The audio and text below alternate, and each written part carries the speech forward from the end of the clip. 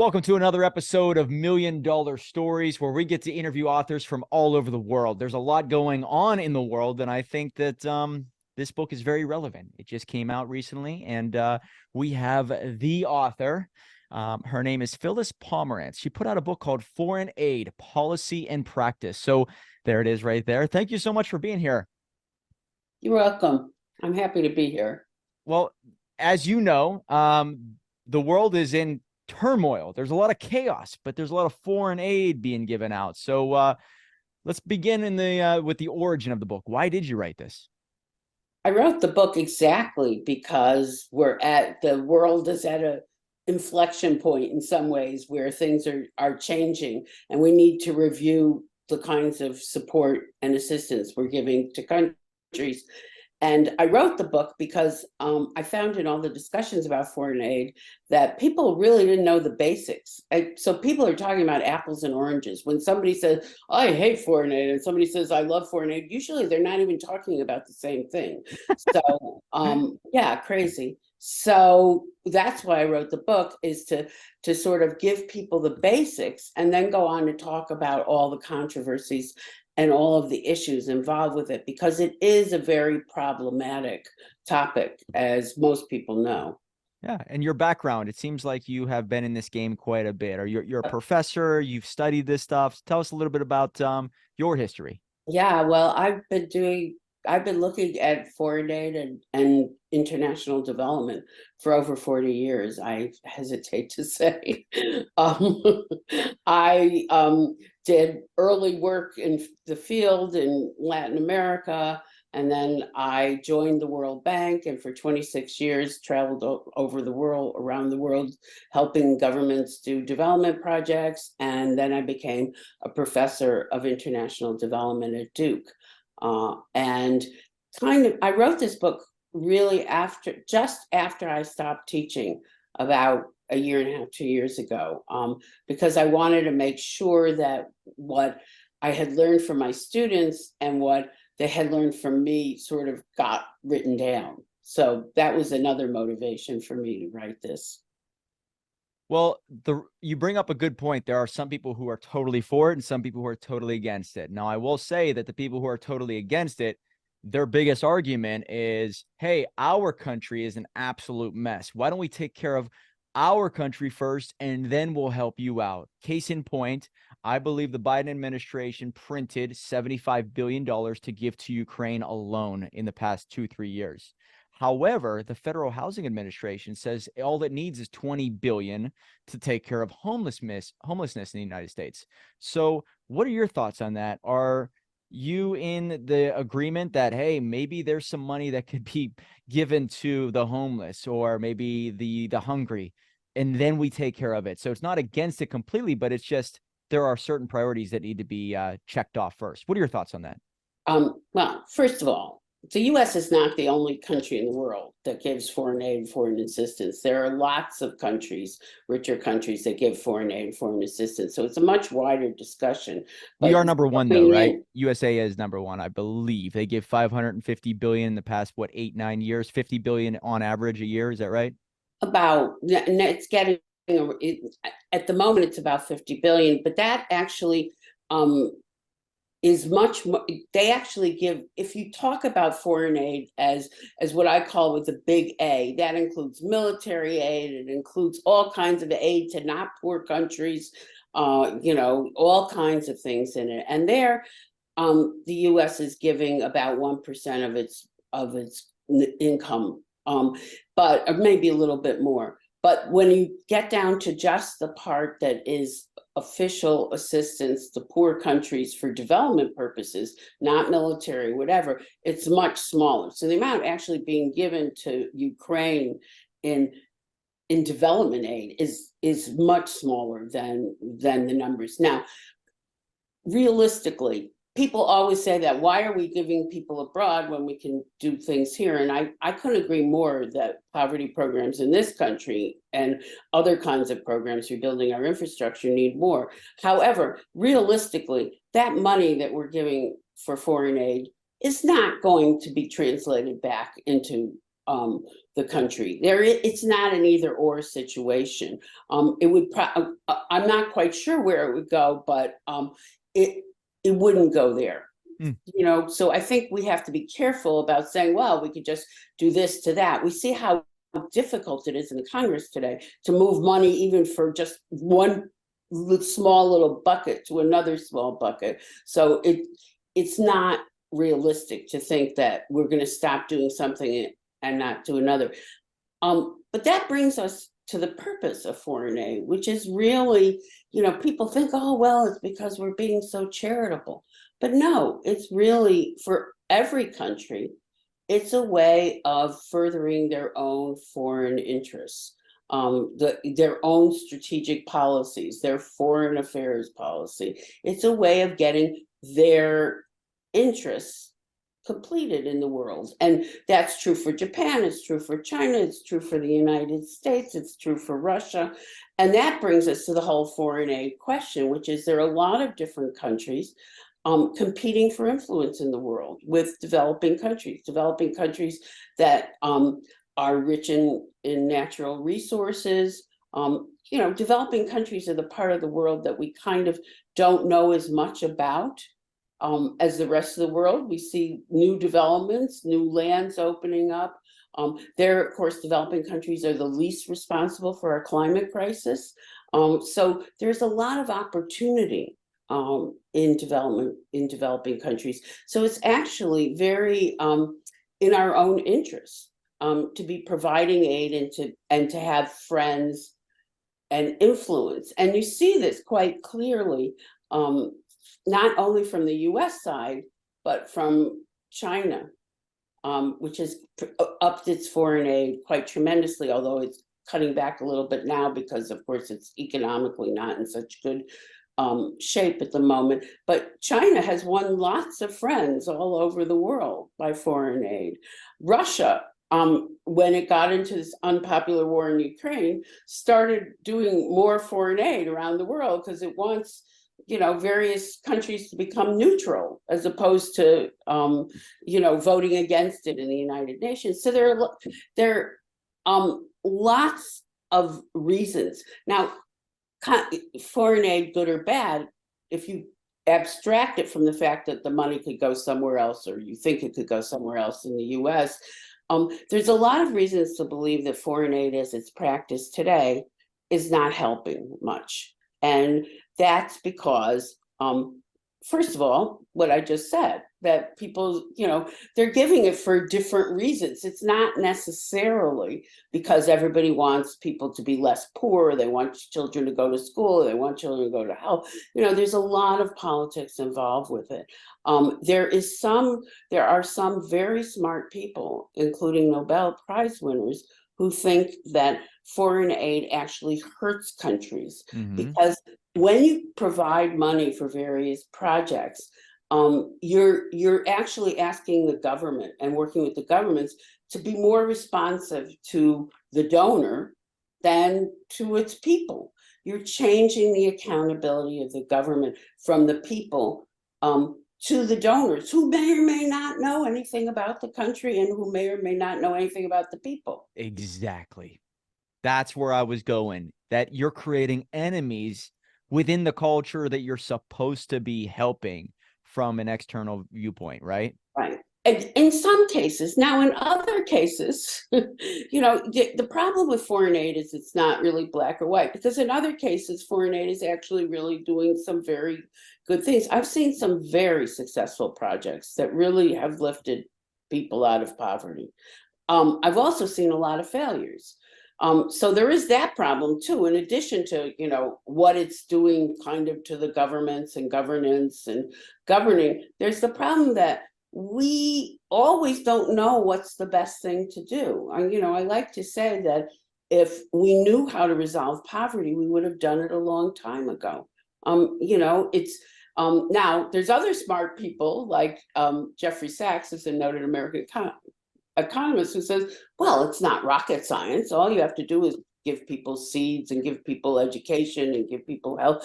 But it isn't that easy. There are lots of different incentives involved. There's a lot.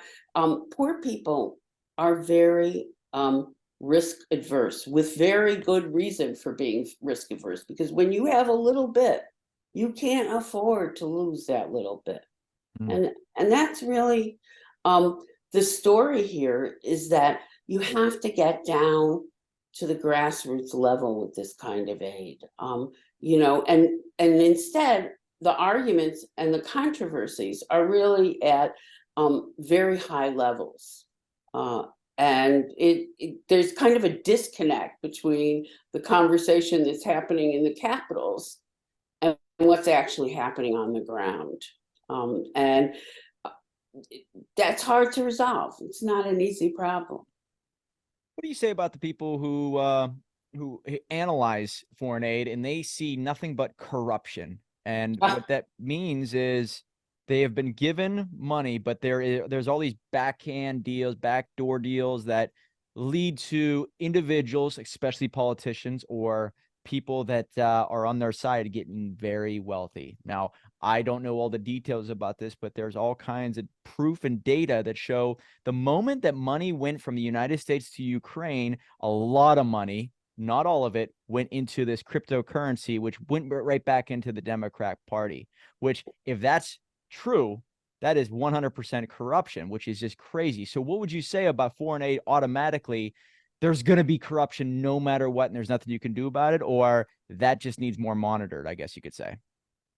I think there's different kinds of corruption. One is the corruption that really benefits the donor, and and there are cases where there are deals made where corruption is actually benefiting private individuals, both on the donor side and on the recipient side. And that unfortunately does happen. And in fact, African countries for a long time have pointed out that it takes two to tango with corruption, and sometimes governments that provide aid are turning a blind eye to it. But on the other hand, there is a lot of corruption, involved in many countries, not all countries, but our data shows clearly that when you're poor and you have very short-term views, even as a government, and a lot of the governments that we deal with in poor countries are not stable governments. So your time frame, you don't have the time frame to be a statesman. You're in office and you're trying to get what little good you can do, possibly on the ground, but also for yourself, because you realize that you'll be out in the next minute, and you could even be in exile, and you got to feed your own family. And so there's very strong motivations. And we also know now that corruption really isn't a case of individuals. It's really, sure, there are individuals who mastermind things and stuff, but it's really a systemic problem that goes through the culture and the way countries are governed and stuff. And so it's very hard to root out. Foreign aid is not exempt from that. There is corruption of foreign aid, but more importantly, there's corruption in the countries that are receiving the foreign aid. And that is a long-term problem that one needs to work on. When I look at some of the data and when I see some of the data, it's very contradictory, because I know that in some countries, people were much more reluctant, for example, to try and steal World Bank money than they were to steal their own government resources, because they don't want to get in trouble with the bank, et cetera, et cetera. But, in other countries, there's a view that, foreign aid, it's not really our money. It's not really doing what we want it to do, so we may as well just take it. But I want to stress that I think that is not the major problem here with aid. I think the corruption views have been overblown. I think there is much more problems of, number one, do we know what we're doing? Not necessarily, nobody has great answers and sort of silver bullets to how to make this money really do what it's supposed to do in every case. That's the first thing. Second thing is, we know we're dealing with very unstable, poor governments with very poor resources, poorly trained staff, little incentives. So, give them a break. They're doing the best they can, kind of. And it's, I've said a few times, and I hate to be so blunt about it, but incompetence is a lot more of a problem than corruption in many ways.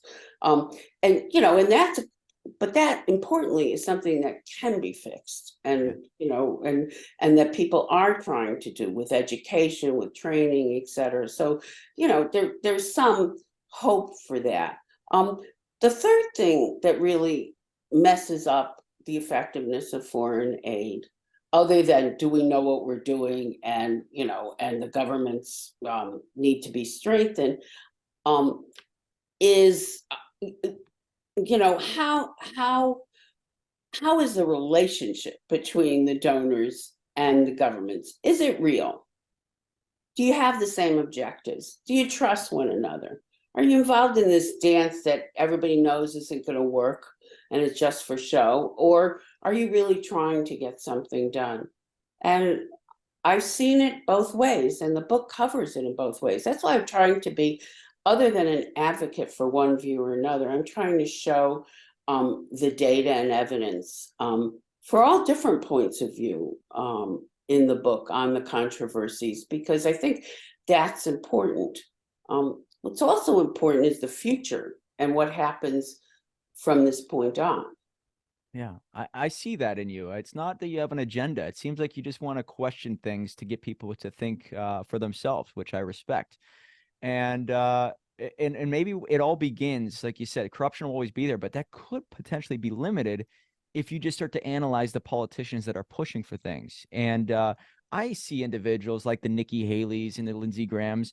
They're getting paid by people who want war. So it's like, and it's documented. They become millionaires based off of pushing for more of the military industrial complex, as long as that keeps growing.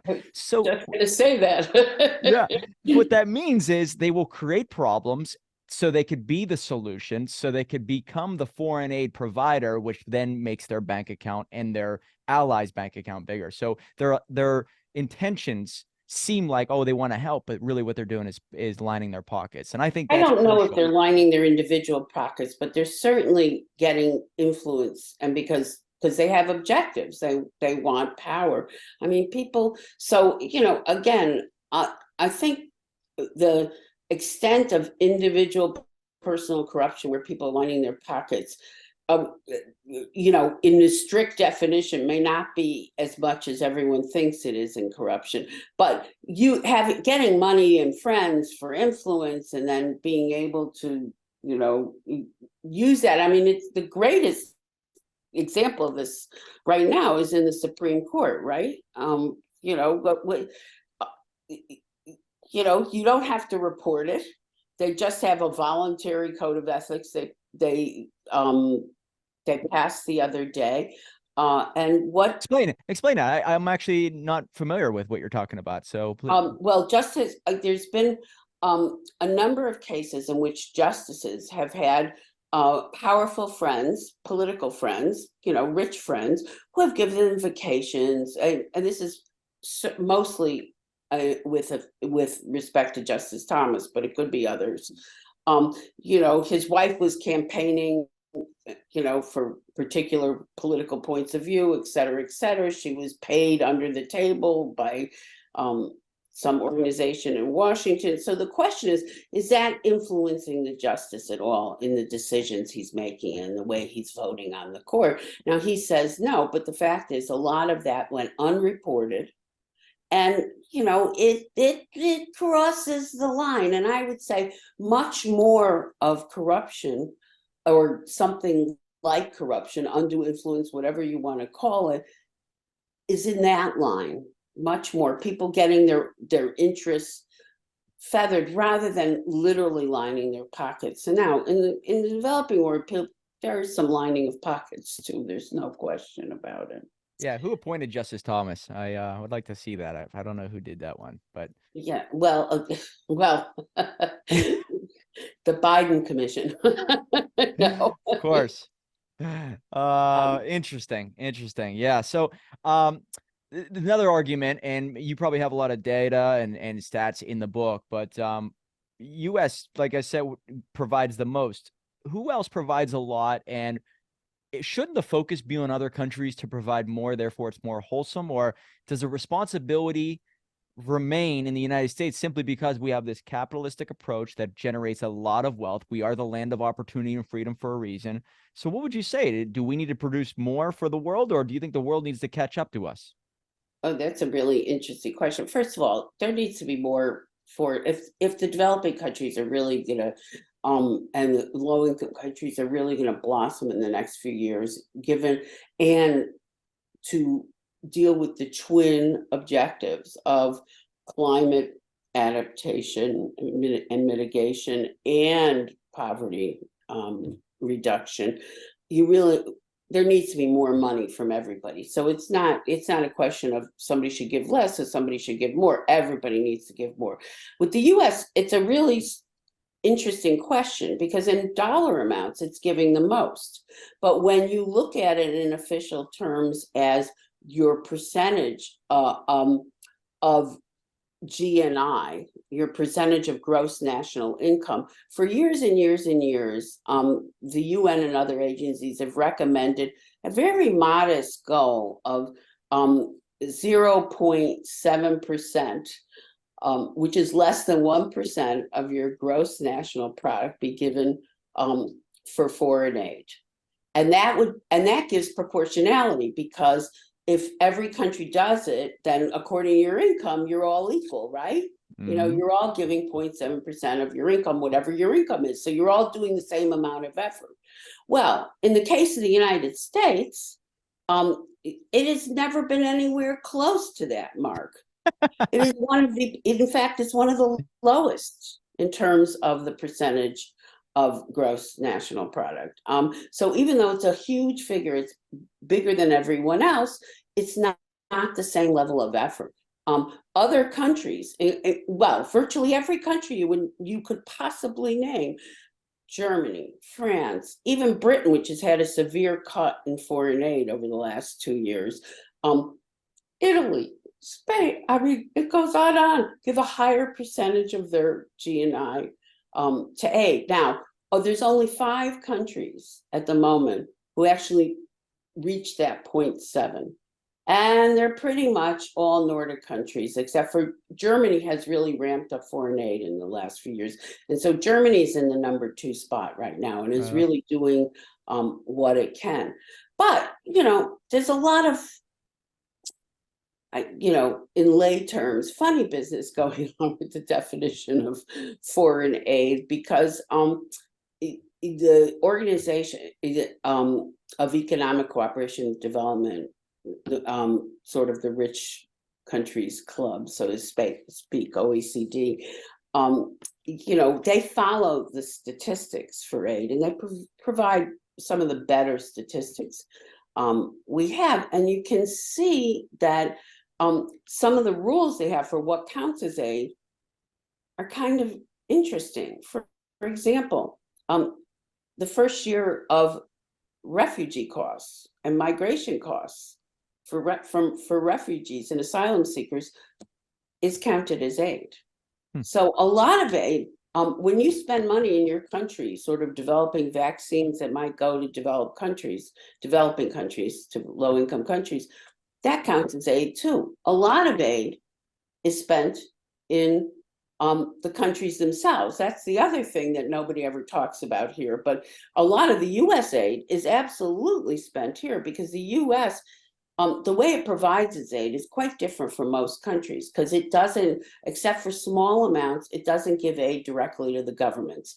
All of its money is subcontracted to private contractors, most of whom are US nonprofit and profit consultants, who then subcontract others and do the work themselves in the developing countries. So that is not how most other countries operate their foreign aid program. Most other countries give money directly to the governments, understanding there's going to be a problem, there could be problems. But the US is so concerned with the corruption you mentioned, et cetera, it's very reluctant to let go of the funds and put them in government accounts. But, that's again, in layman's terms, screws everything up. Because if a government, okay, fine, you're building 20 schools or 20 health posts, and that's great. But if the government doesn't actually know, it's not in their budget, and I don't know what's going on, then who's providing the money for ongoing maintenance for those buildings? Who's providing the money for the teachers? Who's providing the money for the textbooks? Who's providing the money for the toilets? Nobody. And so that's why you see a lot of foreign aid that doesn't work. The money needs to, be given and put on the government's budget. Now, there are people who say, look, we're going to avoid this altogether, and we're giving, money directly to grassroots on the ground. We give money directly to people, and that, that's fine, and that works some of the time, but it's a very, very tiny amount of foreign assistance. All of this philanthropic assistance, if you took away things that were not official foreign aid, but given by charities and foundations and stuff. If you take away the Bill and Melinda Gates Foundation from the mix, and maybe the up and coming Bezos Fund, there's not a lot of, it's not a lot of money that's going out directly. And even so, in those cases, and in the case of even Bill and Melinda Gates, a lot of the money is spent in the United States. Given to universities, researchers, think tanks. So, and when I look at foreign aid and seeing where it goes, I'm able to analyze how a lot of it is actually conflicting with each other. All right. And what I mean by that is there was $6 billion given to Iran, I think, in cash. And then there was a lot of money recently given by the Biden administration to Iran. So when you see who they're supporting, a lot of money, I don't know exactly how much, but went to Palestine, went to Hamas. And obviously our ally is Israel. Now, if money's going from Iran to Hamas and they're using that to fight Israel and we're giving money to Israel, doesn't it conflict? And so we're funding the war basically? Well, technically, just technically, in the example you use, although I think the general point you're making is a fair one, the example you use, we weren't actually giving money to Iran. We were releasing money that was Iran's money that we had been held, and it's for strictly humanitarian purposes. Now, but nevertheless, isn't that foreign aid? So I may not understand. That to me sounds like foreign aid. That's not probably not foreign aid because it was Iran's own money. So it's not, we didn't provide money out of the US government budget. So it's not technically foreign aid. But what you're talking about is very much the case, because we don't fund that. But we fund the United Nations, the World Food Program, the United Nations Refugee Program in Gaza, et cetera, UNRWA. So, we are funding both sides. There's no question. Yes. Now, the money we provide to Israel is not technically development aid. It's really it's other kinds of aid, and it's military aid, and it's other kinds of aid, because Israel's not a poor country. We're not trying to help, reduce poverty in Israel by any means. So that, again, that's strictly geopolitical strategic thinking. So, again, a lot of what we do and a lot of what is seen as aid by the public really has nothing to do with this idea of we're helping people. But you're very right that we have, in many places, aid is finding itself supporting both sides of conflict. And in fact, one of the things we do know about poverty reduction, some of the things we don't know so much about, is we do know that basically war is just about the opposite of poverty reduction. It increases poverty, it Damn increases right. misery, it increases suffering. So anytime, and in fact, that's one of the concern, is that in coming years, most of the poor countries and most of the poor are going to be from conflict situations.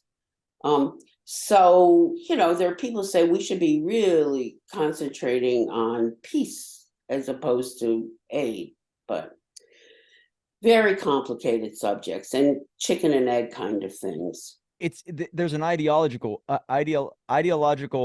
battle that's happening, and that's what I think foreign aid. I believe that if somebody needs money for food or just needs food in general, right, there's that. But I've seen some of these bills where there's money earmarked to make sure it goes to training their society on transgenderism Right, exactly. or that type of lifestyle, when the country or the people are against that. So yeah, helping them is one thing, but you mean you're gonna push your ideas onto us and change our culture? We don't want that, right? So that's what's scary. I've had friends in different countries tell me, do you see what they're trying to do here?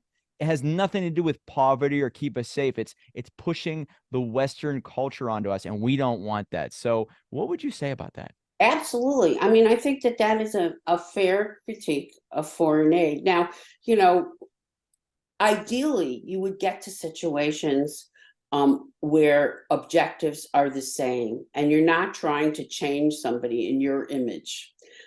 There is a lot of that happens, and a Yes. lot of reasons for providing aid. The French have provided aid to French West Africa for years and years and years, and it's really because they want, they're no longer colonies, but they want to, protect this image of francophonie, which means the greater French Empire, that it's not just France where they're speaking French, right? And they're all part of our sphere of influence. So, there is a lot of, and, foreign aid has a lot of the same motivations that, interestingly, colonialism did. And not only is it about getting natural resources and labor and all the economic things, but it's about, our culture is superior and we think everybody else should have it, Mm-hmm.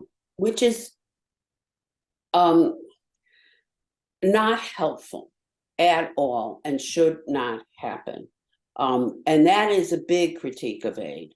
On the other hand, there are interests that I think we can all agree on and that need to be funded. Nobody wants to see their children die.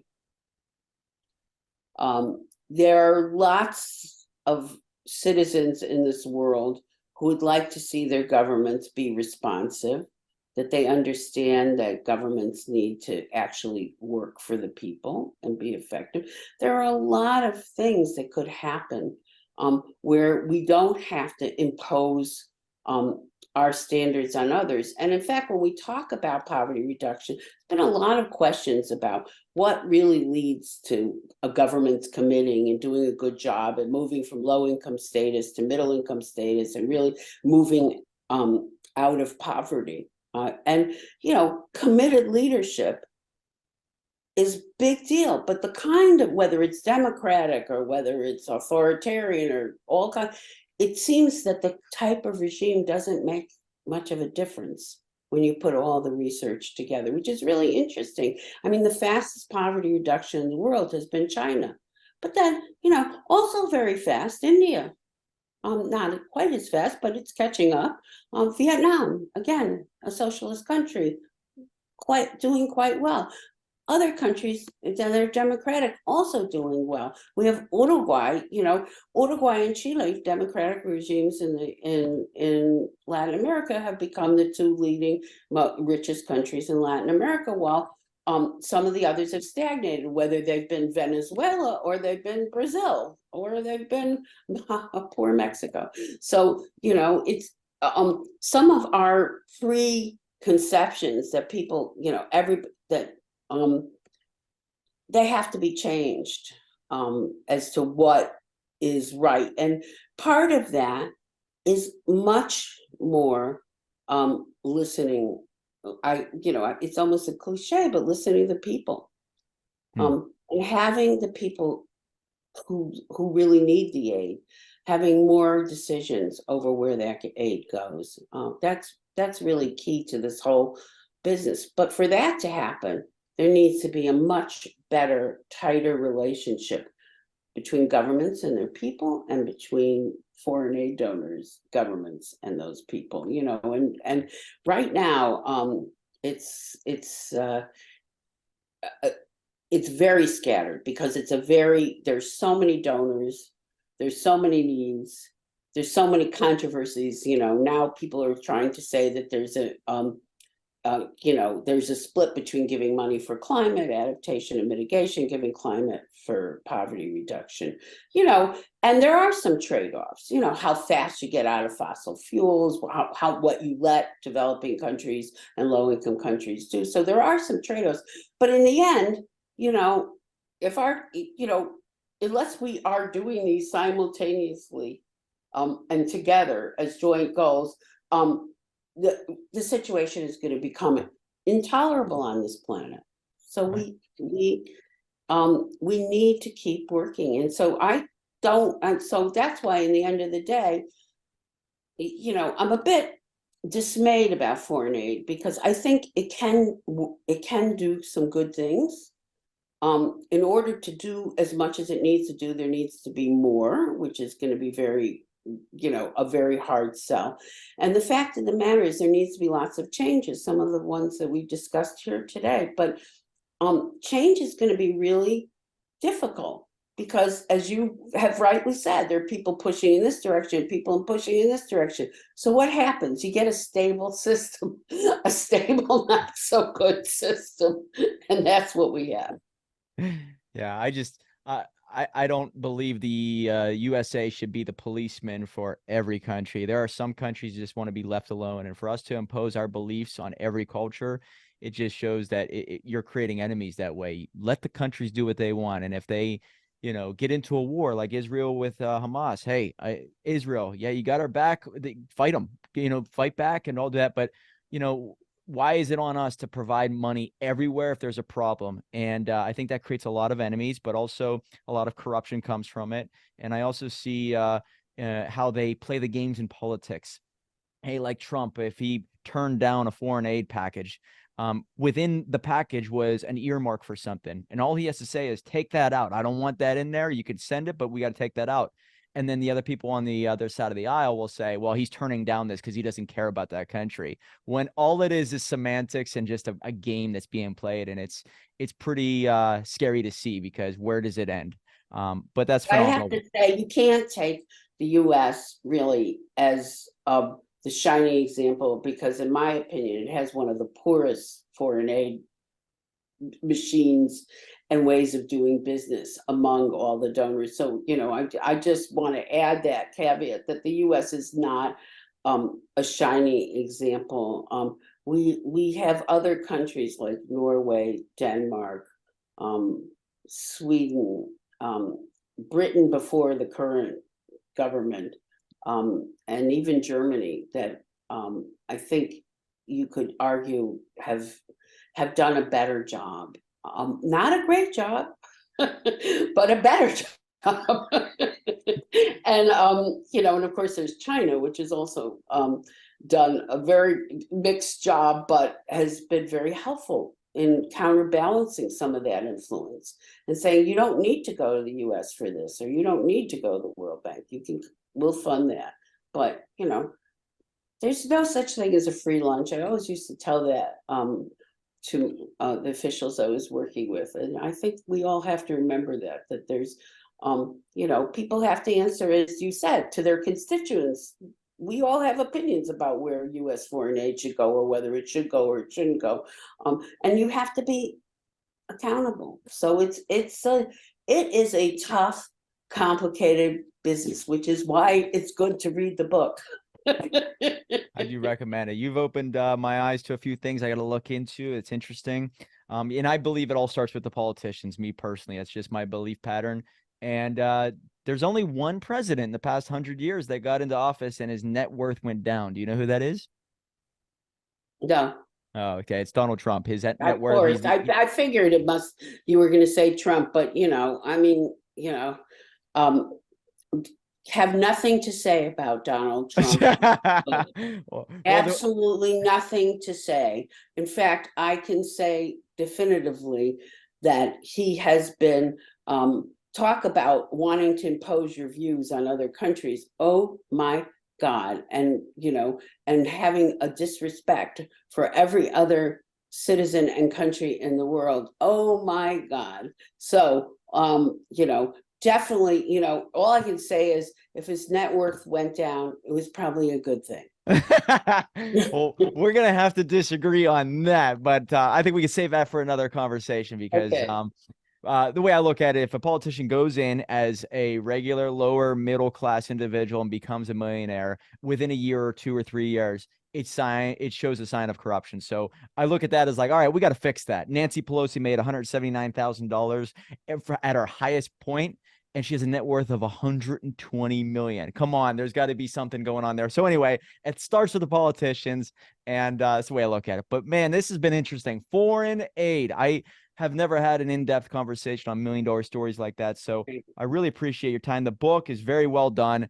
And guys, pick it up. It is Foreign Aid. Please, It please. is it just came out. Phyllis Yeah. Pomerantz. Thank you Foreign so much aid, for being policy here. and practice. What's that?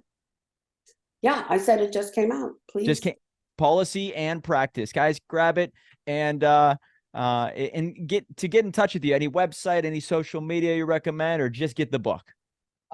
Get the book. I can always be reached through Duke University because I am still a professor emerita at Duke. Oh, very nice. It's been excellent to talk with you. And remember, guys, $1 million book will lead to $1 million life. Right on.